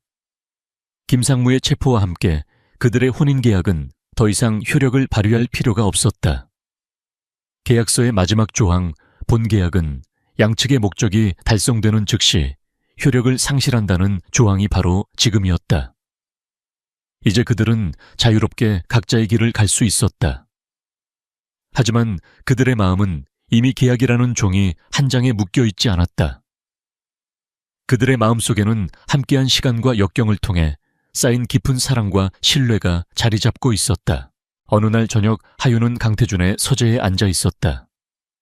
강태준은 그녀의 맞은편에 앉아 조용히 그녀를 응시했다. 공기 중에는 팽팽한 긴장감과 함께 말로 표현할 수 없는 애틋함이 흘렀다. 그들은 마침내 자신들의 관계에 대해 이야기해야 할 때가 왔음을 알고 있었다. 우리 계약 이제 끝났어요. 하윤이 먼저 입을 열었다. 그녀의 목소리는 떨렸지만 그녀는 그의 눈을 똑바로 바라보았다. 강태준은 고개를 끄덕였다. 네, 우리는 약속했던 모든 것을 이루었습니다. 당신의 명예는 회복되었고 나의 목표도 달성되었죠. 그럼 이제 우리는 어떻게 되는 거죠? 하윤은 떨리는 목소리로 물었다. 그녀는 이 질문에 대한 대답을 두려워하면서도 간절히 바라고 있었다. 강태준은 자리에서 일어나 그녀에게 다가왔다. 그는 그녀의 손을 잡고 부드럽게 말했다. 이세하윤 씨, 우리는 계약으로 시작했습니다. 하지만 그 계약은 우리에게 서로를 알게 해주었고 서로의 가장 깊은 상처와 가장 강인한 의지를 보게 해주었습니다. 나는 당신에게서 천재적인 건축가의 모습뿐만 아니라 강인한 용기와 아름다운 영혼을 보았습니다. 그리고 나는 그 모든 것을 사랑하게 되었습니다. 그의 진심 어린 고백에 하윤의 눈에서는 뜨거운 눈물이 흘러내렸다. 강태준 씨, 저도 당신은 저에게 단순히 정의를 찾아준 사람이 아니었어요. 당신은 저에게 다시 일어설 용기를 주었고 저를 믿어주었어요. 저는 당신의 차가운 가면 뒤에 숨겨진 따뜻한 마음을 보았어요. 그리고 저도 당신을 사랑해요. 그들의 눈물이 서로의 손 위로 떨어졌다. 그들은 더 이상 어떤 계약이나 목적에 묶여 있지 않았다. 그들은 오직 사랑이라는 순수한 감정으로 서로를 마주하고 있었다. 나는 계약이 아닌 진심으로 당신과 결혼하고 싶습니다. 나의 아내가 되어 주십시오. 당신의 꿈을 함께 이루고 나의 삶을 당신과 함께 채우고 싶습니다. 강태준은 무릎을 꿇고 그녀에게 청혼했다. 그의 눈빛은 과거의 냉정함 대신 오직 사랑과 진실함으로 가득 차 있었다. 하윤은 눈물을 흘리며 고개를 끄덕였다. 그녀는 그의 손을 잡고 일어섰다. 그들의 입술이 서로에게 닿았을 때 그것은 단순한 키스가 아니라 그들의 모든 역경과 고통을 보상하는 약속의 키스였다. 몇 년 후 하윤과 강태준은 자신들이 직접 설계한 아름다운 집에서 살고 있었다. 그 집은 그들의 첫 만남이었던 호텔과는 완전히 다른 따뜻하고 안정된 보금자리였다. 그 집의 모든 공간에는 하윤의 섬세한 디자인과 강태준의 견고한 신뢰가 담겨 있었다. 하윤은 이제 업계에서 가장 존경받는 건축가 중 한 명이 되었다. 그녀의 미래 도시 프로젝트는 성공적으로 마무리되었고 그녀의 이름은 서울의 새로운 랜드마크와 함께 영원히 기억될 것이다. 그녀는 더 이상 누군가의 그늘에 숨겨진 존재가 아니었다. 그녀는 자신의 빛을 당당하게 발산하는 진정한 주인공이었다. 강태준은 여전히 J그룹을 이끄는 냉철한 CEO였지만 그의 삶은 하윤을 만나면서 완전히 바뀌었다. 그는 더 이상 외로운 정복자가 아니었다. 그는 사랑하는 아내와 함께 삶의 진정한 의미를 찾아가는 행복한 남자였다. 하윤은 창가에 서서 멀리 보이는 그녀의 작품, 미래 도시의 스카이라인을 바라보았다. 그녀의 옆에는 강태준이 서서 그녀의 어깨를 감싸 안았다. 그녀의 삶은 한때 끔찍한 음모에 빠져 모든 것을 잃을 뻔했지만 그 끝은 진정한 사랑과 완벽한 행복이었다. 그녀는 강태준의 품에 기대어 미소 지었다. 그들의 이야기는 이렇게 그 어떤 동화보다도 더 아름다운 현실 속에서 영원히 계속될 것이다. 서울에서 가장 높은 빌딩, 그 꼭대기에 위치한 대한민국 최고의 로펌 광장의 회의실. 잘 닦인 마호가니 테이블 위로 서울의 정형이 그림처럼 펼쳐져 있었지만 오서연의 눈에는 아무것도 들어오지 않았다. 그녀에게 이 거대한 유리의 성은 숨막히는 감옥처럼 느껴졌다. 테이블 상석에는 이 모든 권력의 주인인 듯한 남자가 앉아 있었다. 율제그룹의 총수 권희준. 짙은 색의 완벽한 수트 지루함과 약간의 짜증이 섞인 무표정한 얼굴. 그는 서연을 마치 인수할 회사의 재무제표를 훑어보듯 아무런 감정 없이 바라보고 있었다. 오서연 씨 맞습니까? 그의 목소리는 잘 조율된 악기처럼 낮고 정확했지만 얼음장처럼 차가웠다. 네, 맞습니다. 서연은 거의 들리지 않는 목소리로 대답했다. 그녀는 자신의 가장 좋은 하지만 이미 몇 년은 지난 낡은 원피스가 이 화려한 공간과 어울리지 않는다는 것을 통감하며 손을 꽉 쥐었다. 그녀의 머릿속은 온통 아버지의 부도난 사업 눈덩이처럼 불어난 사채, 그리고 동생의 대학교 등록금에 대한 걱정으로 가득 차 있었다. 이 결혼은 그녀가 가족을 구할 수 있는 유일한 동아줄이었다. 변호사가 두꺼운 서류 뭉치를 그녀 앞으로 내밀었다. 혼인계약서라는 글자가 선명했다. 계약 내용을 설명해 드리겠습니다. 변호사는 기계적인 목소리로 말했다. 결혼 유지 기간은 정확히 1년. 계약 기간 동안 권희준 회장님의 법적인 아내로서 분기별 3회 이상의 공식 석상에 동행해야 하며 대외적으로는 원만한 부부 관계를 유지해야 합니다. 변호사는 계속해서 읽어 내려갔다. 사적인 감정 교류 금지. 회장님의 개인사에 대한 불간섭. 그리고 계약과 관련된 모든 내용에 대한 엄격한 비밀 유지 의무. 계약이 성공적으로 만료되면 오서연 씨 가족의 모든 부채는 율제그룹이 책임지고 청산할 것이며 별도로 위자료 50억 원이 지급될 것입니다. 50억 원. 서연은 평생 만져볼 수도 없는 돈이었다. 그녀의 1년짜리 인생의 가격이었다. 서연은 고개를 들어 권희준을 바라보았다. 그는 여전히 미동도 없이 앉아 있었다. 그는 왜 자신을 선택했을까? 그 순간 마치 그녀의 마음을 읽기라도 한 듯 권희준이 처음으로 직접 입을 열었다. 오서연 씨, 내가 당신을 선택한 이유는 3가지요. 그의 차가운 시선이 그녀에게 향했다. 첫째, 당신의 배경이 깨끗해. 둘째, 당신은 돈이 절실하게 필요해. 내 조건에 불만을 가질 입장이 아니라는 뜻이지. 그리고 셋째, 그는 잠시 말을 멈췄다. 당신은 내가 혐오하는 이 상류층 세계에 속하지 않은 사람이니까.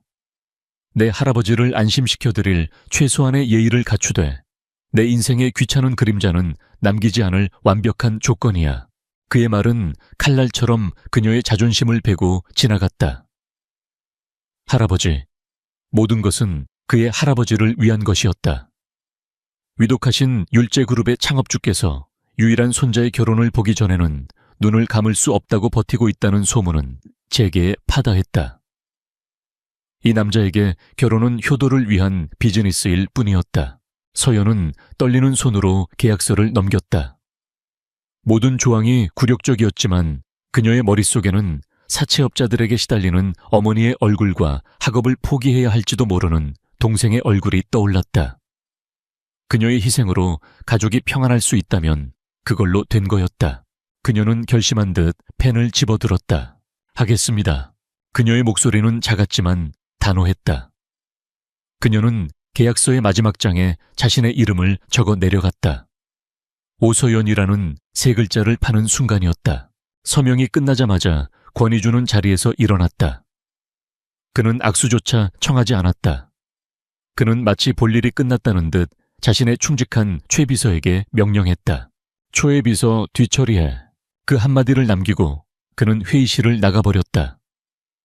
마치 서연이라는 존재는 그의 기억에서 이미 지워진 것처럼 최 비서는 정중하지만 사무적인 태도로 서연에게 다가왔다. 오서연님, 내일부터 회장님의 펜트하우스로 거처를 옮기셔야 합니다. 필요한 준비는 저희가 모두 마치겠습니다. 이것은 회장님께서 사용하시는 개인 연락처와 생활에 필요한 몇 가지 규칙이 적힌 안내문입니다. 최 비서마저 떠난 광활한 회의실에 서연은 홀로 남았다. 그녀는 자신이 서명한 계약서를 멍하니 바라보았다. 자신의 영혼을 팔았다는 사실이 그제야 현실로 다가왔다. 내일부터 그녀는 대한민국에서 가장 높은 곳에 사는 남자의 아내가 된다. 하지만 그녀의 삶은 그 어느 때보다도 가장 낮은 곳으로 추락하고 있었다. 권희준의 펜트하우스는 집이라기보다는 거대한 유리 요새에 가까웠다. 서울의 하늘을 발밑에 둔 미니멀리즘을 가장한 공허함으로 가득 찬 공간.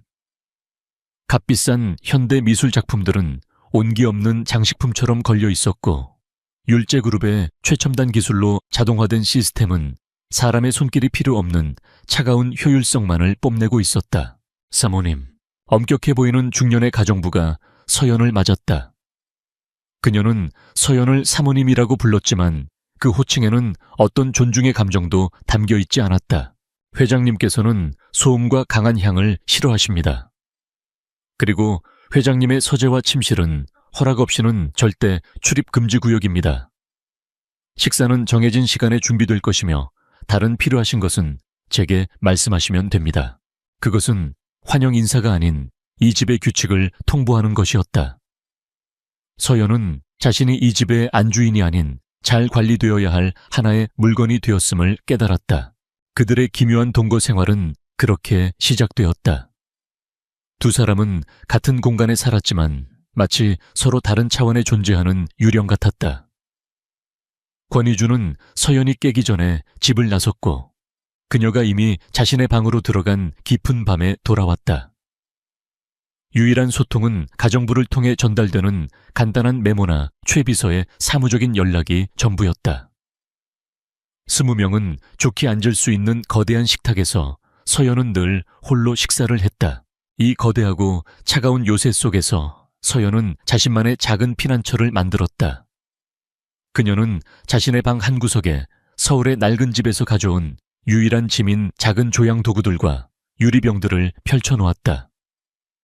캐모마일, 라벤더, 샌달우드. 그녀는 자신을 진정시키기 위해 누구에게도 방해받지 않는 자신만의 향기를 조심스럽게 빚어냈다. 권희주는 계약대로 그녀의 삶에 전혀 관여하지 않았다. 하지만 그 역시 자신에게 일어나는 미묘한 변화를 감지하고 있었다.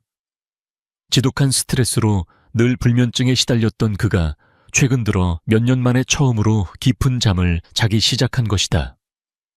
그는 그 이유를 알지 못했다. 그저 집 안을 감도는 거의 인지할 수 없을 정도로였지만 마음을 편안하게 하는 어떤 향기 때문일 거라고 막연히 짐작할 뿐이었다. 결정적인 변화는 어느 날 밤에 찾아왔다. 해외 투자사와 벌인 치열한 협상이 결렬된 날이었다. 권희주는 지독한 피로와 짜증을 안고 평소보다 이른 시간에 집으로 돌아왔다. 그는 텅 비어있을 식탁을 예상했다. 하지만 그곳에는 따뜻한 김이 피어오르는 팥죽 한 그릇과 간단한 반찬들이 놓여 있었다. 식사 게으르지 마세요. 서연의 단정한 글씨로 쓰인 짧은 메모가 함께였다. 그녀는 뉴스에서 그의 협상이 결렬되었다는 소식을 보았다. 그저 지쳐 보였던 한 사람에 대한 최소한의 인간적인 예의였다. 권희주는 잠시 그 자리에 서 있었다. 지난 몇 년간 그에게 이런 개인적인 온정을 보여준 사람은 아무도 없었다. 그는 묵묵히 식탁에 앉아 죽을 먹기 시작했다. 따뜻한 온기가 텅 빈 위장을 채우며 그의 얼어붙었던 마음 한구석을 녹이는 듯 했다. 그들의 관계에 새로운 변수를 던진 것은 그의 할아버지권 명예회장이었다. 병상에 누워있던 그는 새 손주 며느리를 직접 봐야겠다며 고집을 부렸다. 할아버지 앞에서는 다정한 척해 실수하지 마. 권희주는 서연에게 차갑게 지시했다.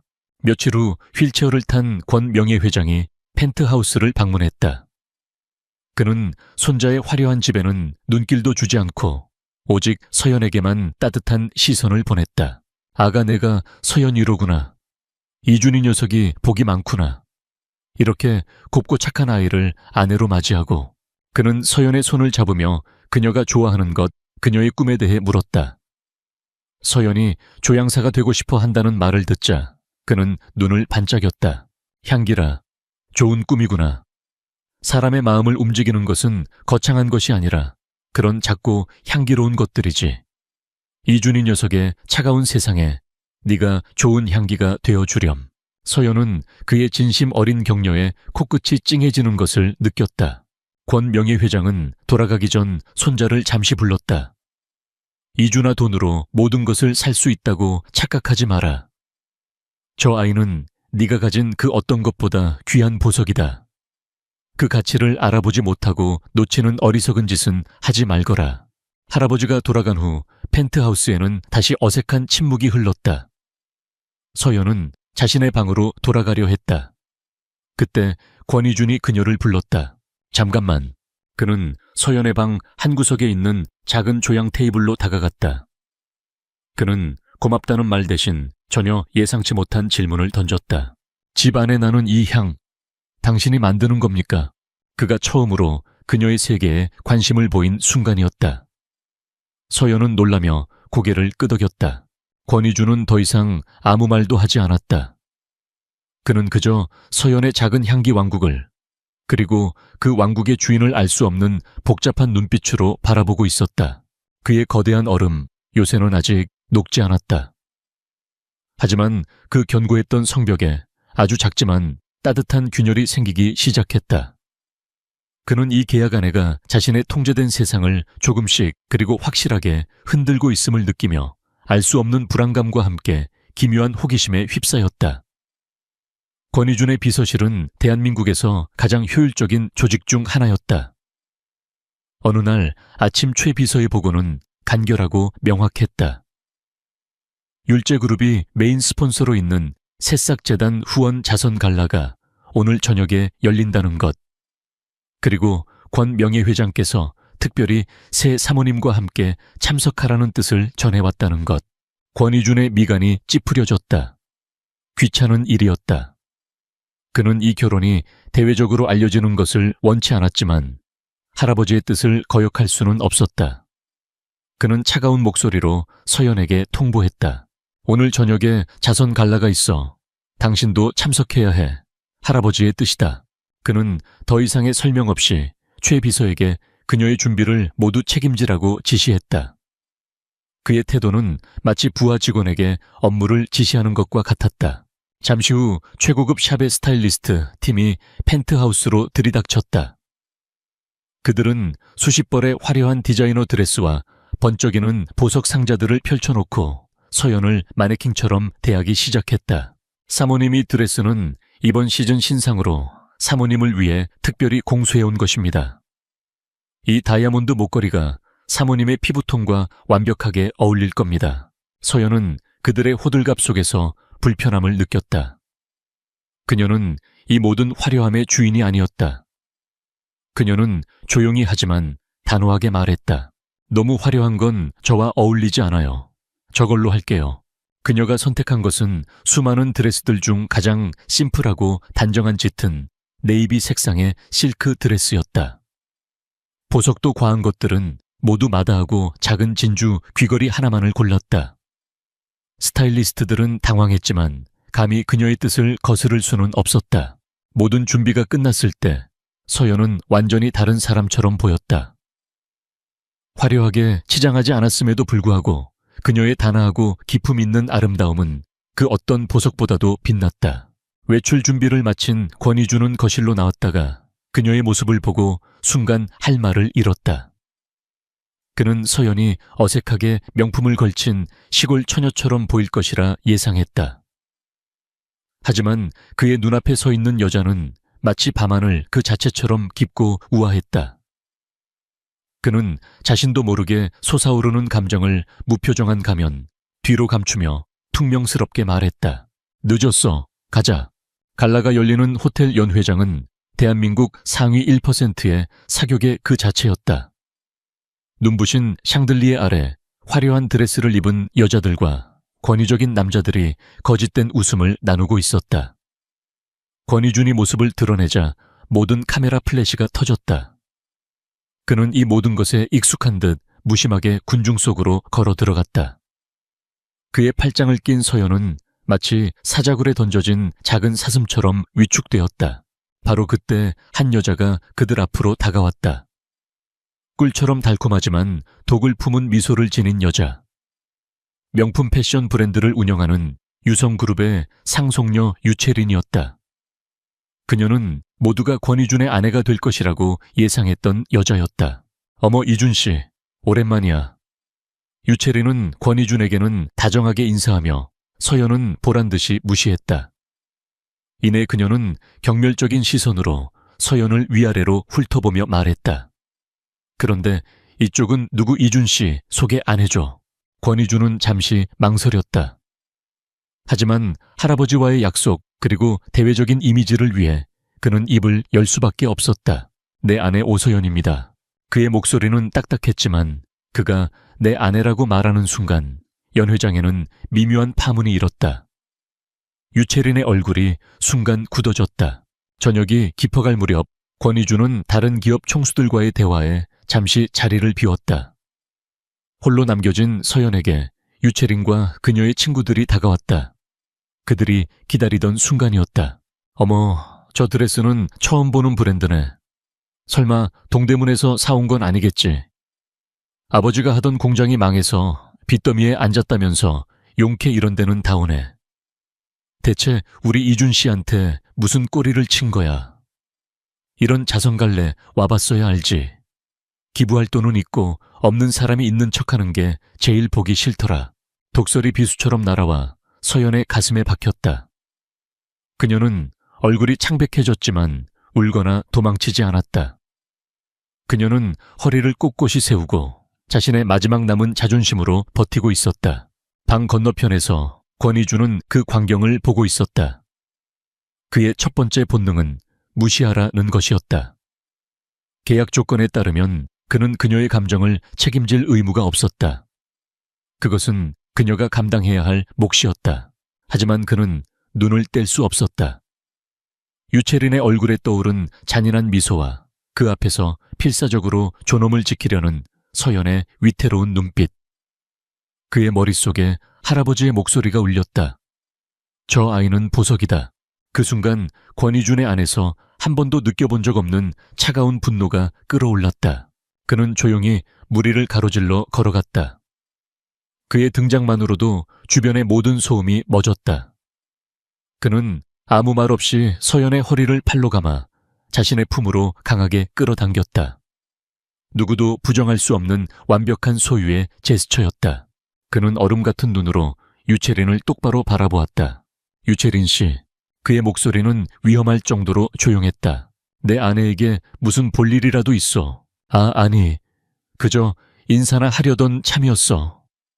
유채린이 당황하며 변명했다. 내 아내의 가치는 당신 같은 사람들이 함부로 평가할 수 있는 게 아니오. 권희준의 목소리에 서리빨이 서렸다. 그리고 명심하는 게 좋을 거요. 다시 한번 내 아내에게 무례하게 굴면 당신 아버지가 평생 공들여 쌓은 유성그룹도 하루아침에 먼지처럼 사라질 수 있다는 걸. 그것은 의심의 여지 없는 협박이었다. 유채린의 얼굴이 하얗게 질렸다. 그녀의 친구들은 겁먹은 새들처럼 흩어졌다. 권희주는 충격에 빠진 서연을 데리고 조용히 그 자리를 벗어났다. 서연은 그의 품에 안긴 채 자신을 쇠레포 지켜준 남자를 올려다보았다. 권희주는 정면을 응시한 채 굳게 입을 다물고 있었다. 그의 턱선은 분노로 단단해져 있었다. 그 역시 자신의 행동에 스스로 놀라고 있었다. 그는 방금 그들의 가장 중요한 계약 조항, 감정적으로 얽히지 않는다는 규칙을 스스로 깨버렸다. 자선 갈라가 끝난 후 펜트하우스로 돌아오는 차 안은 숨막히는 침묵만이 흘렀다. 서연은 자신을 보호해주던 그의 단단한 팔과 차가운 분노를 떠올리며 혼란스러워했다. 계약 조건에 없던 그의 행동은 그녀의 마음에 작은 파문을 일으켰다. 이준 역시 스스로의 행동에 당황하고 있었다. 그는 계약의 규칙을 깨고 감정을 드러낸 자기 자신에게 짜증이 났다. 오늘 밤 고마웠어요. 펜트하우스에 도착해 서연이 조용히 감사를 표했다. 이준은 짧게 고개를 끄덕였을 뿐 아무 말 없이 자신의 서재로 들어가 버렸다. 그는 거리를 유지해야만 했다. 하지만 서재에 앉아서도 그는 일에 집중할 수 없었다. 상처받았지만 꺾이지 않던 그녀의 강인한 눈빛이 자꾸만 눈앞에 어른거렸다. 그날의 사건 이후 서연은 새로운 힘을 얻었다. 그녀는 더 이상 위축되지 않고 자신의 유일한 무기이자 위안인 향기 속에 몰두하기로 결심했다. 그녀는 돈을 벌기 위한 향수가 아닌 오직 자기 자신을 위한 세상에 단 하나뿐인 향수를 만들기로 마음먹었다. 그녀는 어린 시절 할머니 댁 근처에 깊은 산속에서만 자라던 희귀한 야생 난초의 기억을 떠올렸다. 비에 젖은 흙냄새와 이슬을 머금은 풀잎, 그리고 그 사이에서 은은하게 피어오르던 맑고 청가한 난초의 향기. 그것은 그녀의 가장 순수했던 시절의 냄새였다. 그녀는 며칠 밤낮으로 연구에 매달려 마침내 그 기억 속의 향기를 완벽하게 재현해냈다. 어느 날 저녁 이준은 서재에서 복잡한 서류와 씨름하고 있었다. 그때 문틈으로 한 번도 맡아본 적 없는 낯설지만 이상하게도 그리운 향기가 희미하게 흘러 들어왔다. 그는 순간 하던 일을 멈췄다. 그의 머릿속 수십 년간 굳게 닫혀있던 기억의 문이 삐걱거리며 열렸다. 어린 시절 엄격한 아버지에게 심하게 꾸중을 들었던 날.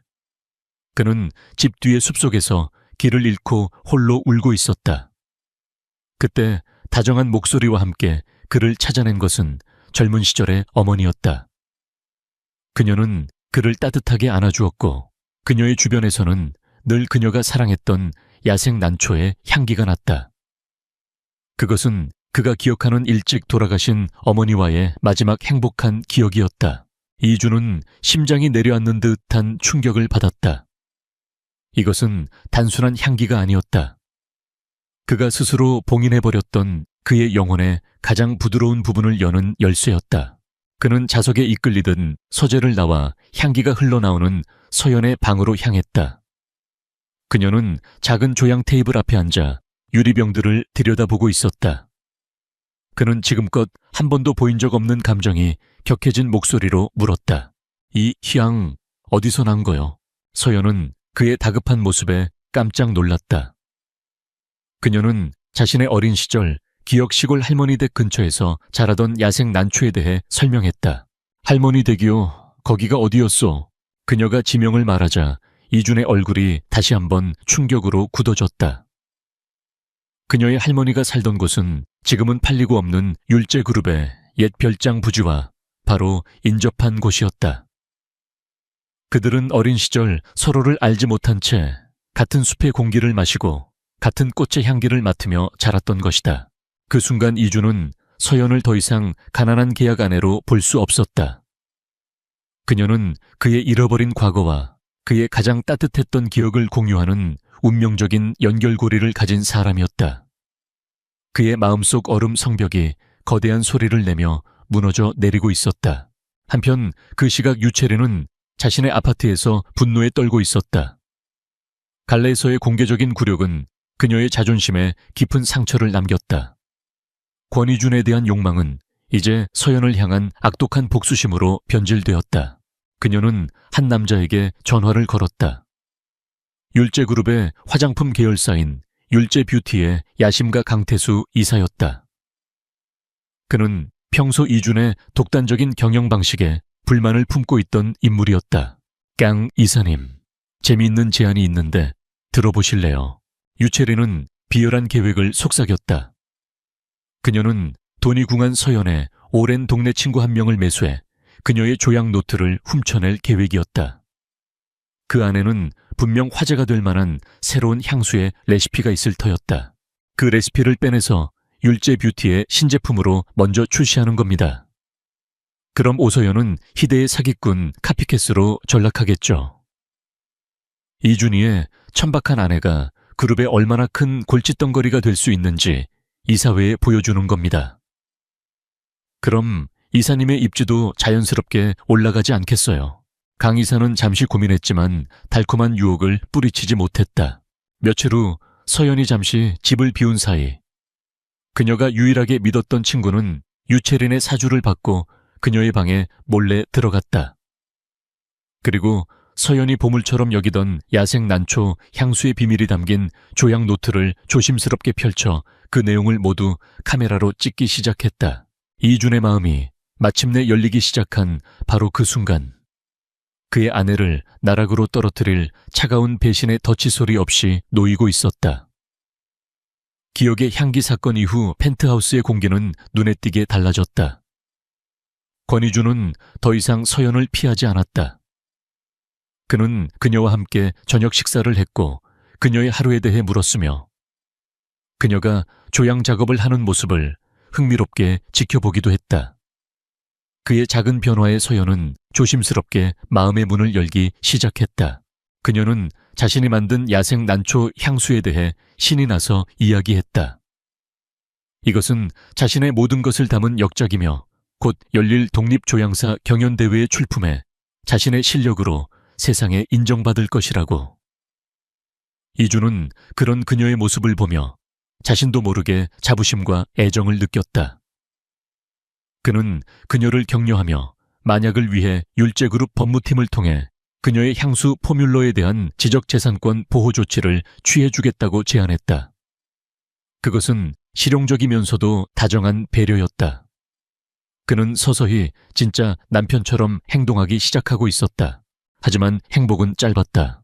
조향사 경연대회가 열리는 날, 서연은 긴장과 설렘을 안고 행사장을 찾았다.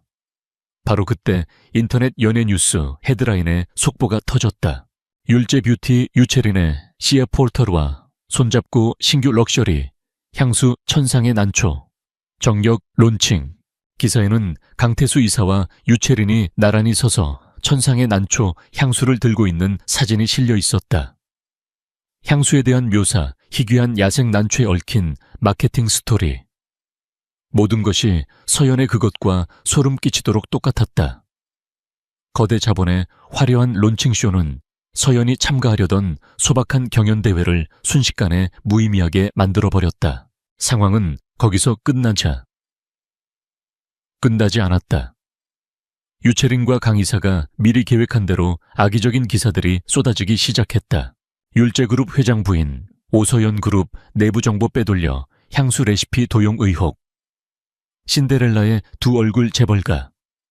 입성 후 자신의 브랜드 론칭하려던 야심 드러나. 그들은 서연을 재벌게 시집온 뒤 그룹의 비밀을 훔쳐 자신의 사업을 하려던 탐욕스럽고 파렴치한 사기꾼으로 몰아갔다. 설상가상으로 서연을 배신한 친구는 익명의 제보자 A로 등장해 오서연이 평소 율제뷰티의 성공을 질투하며 자신도 저런 향수를 만들고 싶다는 말을 자주 했다는 거짓 인터뷰까지 했다. 대중은 스캔들을 사랑했다. 서연의 이름은 실시간 검색어 1위에 오르내리며 온갖 악성 댓글에 시달렸다. 그녀의 꿈은 한순간의 악몽이 되어 그녀를 집어삼키고 있었다. 같은 시각 권희주는 중요한 이사회를 주재하고 있었다. 그때 최 비서가 다급한 표정으로 들어와 그의 귀에 속삭이며 태블릿 PC를 내밀었다. 이준은 태블릿에 떠있는 기사들을 읽어 내려갔다. 지난 몇 주간 부드럽게 풀렸던 그의 얼굴은 순식간에 냉혹한 분노의 가면으로 뒤바뀌었다. 그는 모든 것을 즉시 이해했다. 천상의 난초라는 이름 기가 막힌 출시 타이밍, 그리고 유채린과 강태수의 연합. 이것은 단순한 비즈니스가 아니었다. 자신이 이제 막 사랑하기 시작한 여자를 파괴하고 자신을 어리석은 지도자로 만들어 그룹 내에서 입지를 흔들려는 치밀하게 계획된 인신 공격이었다. 그는 자리에서 일어섰다.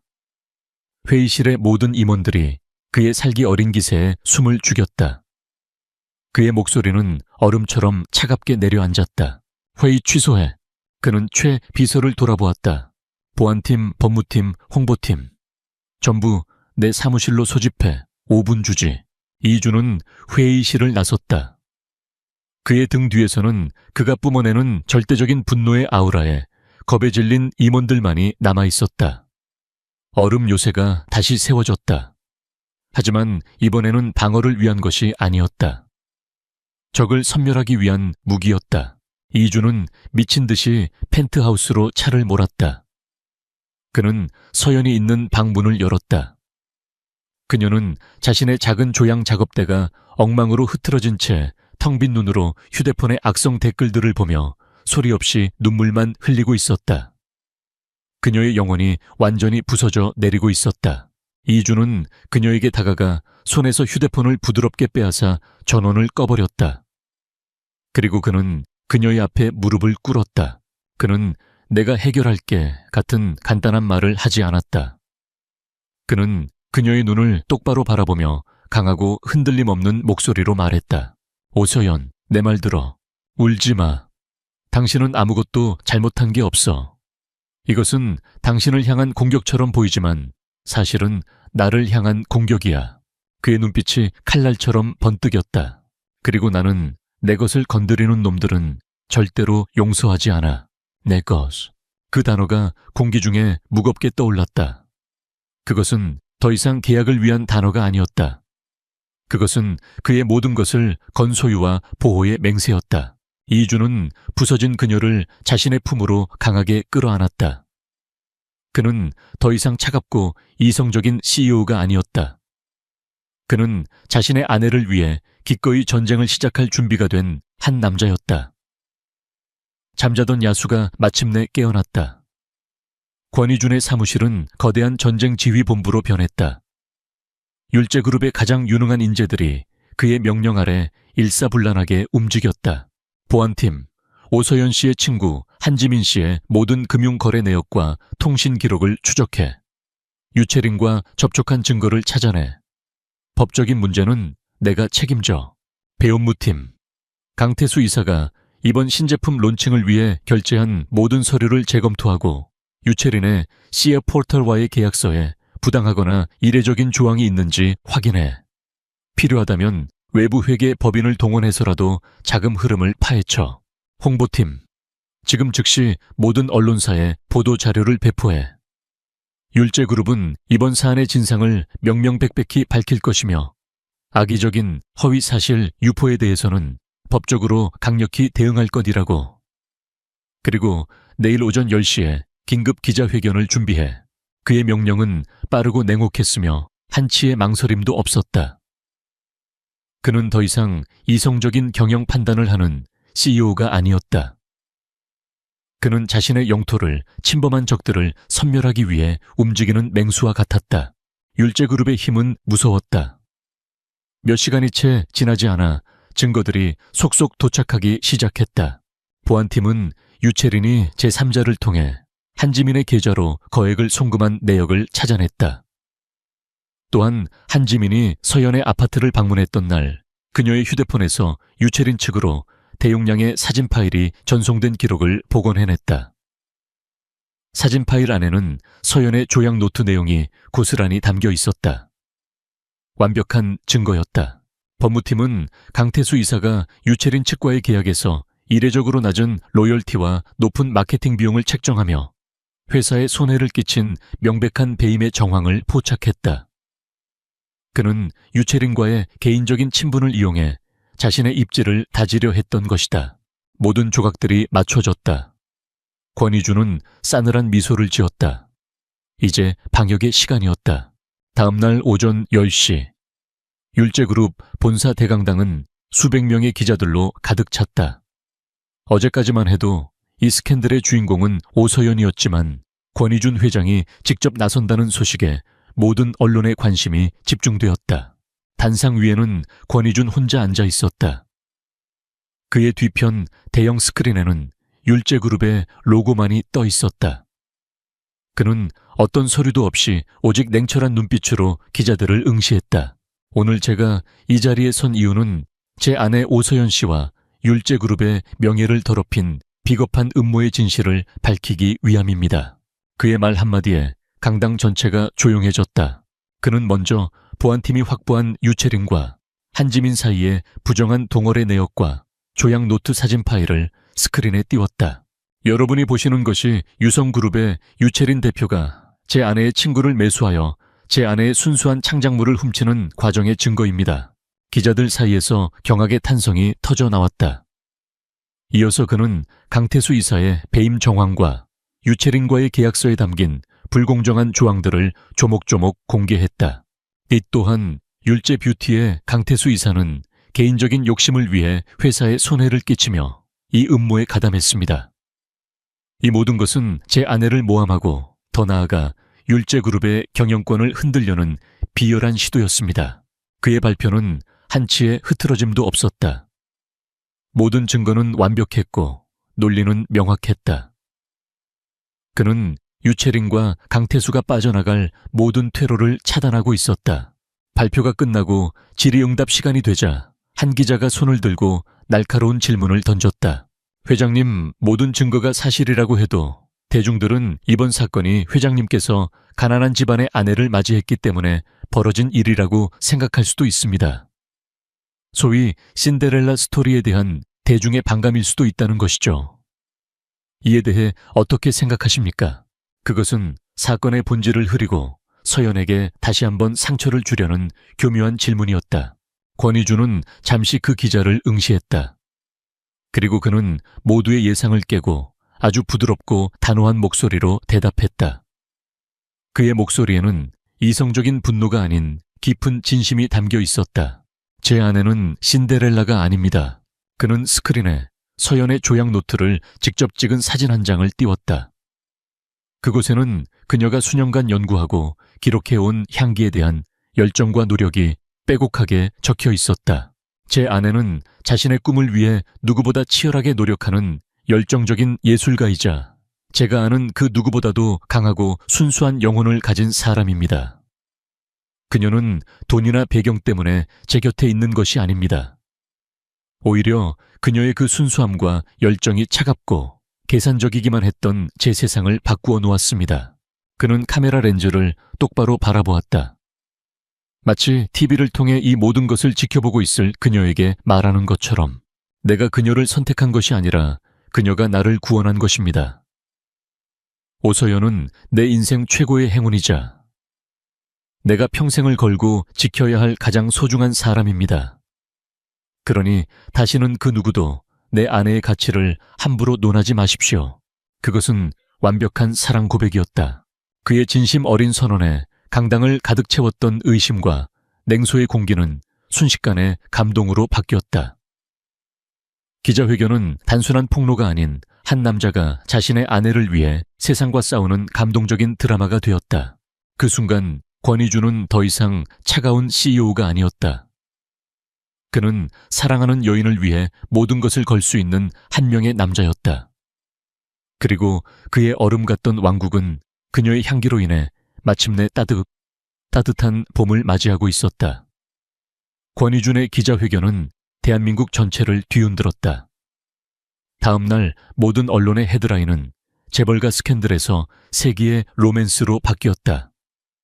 대중들은 차가운 얼음 왕자로만 알려졌던 권희준의 진심 어린 사랑 고백에 열광했다. 후폭풍은 거세고 신속했다. 강태수 이사는 즉시 율제그룹에서 해임되었고 회사에 막대한 손해를 끼친 혐의로 소송을 당했다.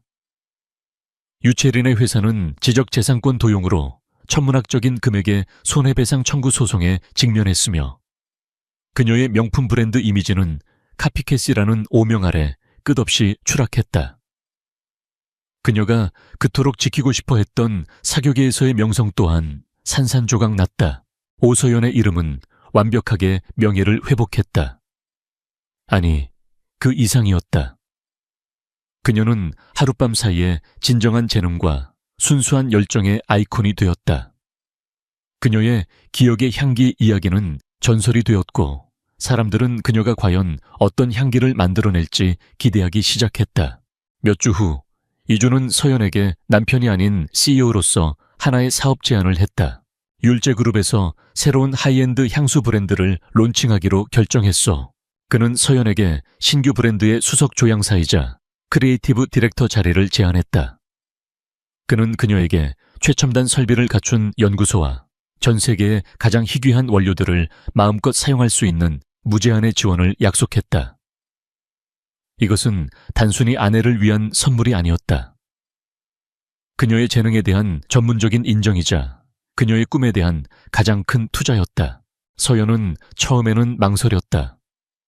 그의 힘에 의지하고 싶지 않았다. 하지만 그녀의 재능을 존중하는 그의 진심 어린 눈빛을 보고 그녀는 제안을 받아들였다. 더 이상 계약 아내가 아닌 새로운 도전을 앞둔 한 명의 독립적인 예술가로서 시간이 흘렀다. 그녀의 이름을 딴 새로운 브랜드, 아틀리에 서연 에이텔리에. 서연은 출시되자마자 엄청난 성공을 거두었다. 그녀는 이제 세상이 인정하는 조향사가 되었다. 그리고 그들의 1년짜리 계약이 끝나는 날이 다가왔다. 두 사람은 어느새 편안하고 사랑스러운 일상에 익숙해졌지만 계약 만료일이라는 현실은 그들 사이에 그림자처럼 드리워져 있었다. 그날 저녁 이준이 집으로 돌아왔을 때 서연은 조용히 거실에 앉아 있었다. 두 사람 사이의 테이블 위에는 1년 전 최 비서가 준비했던 이혼 서류가 놓여 있었다. 진실의 순간이었다. 이준은 이혼 서류는 쳐다보지도 않았다. 그는 서연의 맞은편에 앉아 서류 가방에서 다른 문서를 꺼냈다. 그것은 계약서가 아닌 그의 진심이 담긴 편지였다. 그는 기자회견의 압박 속에서가 아닌 오직 그녀만을 위해 자신의 마음을 고백했다. 그녀가 자신의 공허했던 삶을 어떻게 채워주었는지, 그녀가 자신에게 감정을 어떻게 다시 가르쳐 주었는지, 그리고 이제는 그녀 없는 미래를 상상할 수 없다고. 오서연, 그의 목소리는 깊은 감정으로 떨리고 있었다. 지난 1년은 계약이었을지 몰라도 앞으로의 평생은 진심이고 싶소. 이 서류는 찢어버리고 나와 진짜 부부가 되어주겠소. 그는 주머니에서 작은 반지 상자를 꺼냈다. 그 안에는 화려한 다이아몬드가 아닌 그녀의 단아한 이미지와 어울리는 작고 아름다운 난초 모양의 반지가 들어있었다. 서연의 눈에서 눈물이 흘러내렸다. 하지만 이번에는 기쁨의 눈물이었다. 그녀는 망설임 없이 이혼 서류를 반으로 찢어버렸다. 네, 그럴게요. 이야기는 두 사람이 함께 있는 그들의 집에서 끝을 맺는다. 더 이상 차가운 요새가 아닌 그녀의 향기와 두 사람의 사랑으로 가득 찬 따뜻한 보금자리에서 권희주는 이제 단순히 돈과 권력으로 그녀를 충치유하는 것이 아니었다. 그는 진정한 사랑과 존중, 그리고 헌신으로 그녀의 곁을 지키고 있었다. 그들의 계약은 끝났다. 이제 두 사람은 서로에게 유일하고도 영원한 향기가 되어 진짜 인생을 함께 만들어갈 준비가 되어 있었다.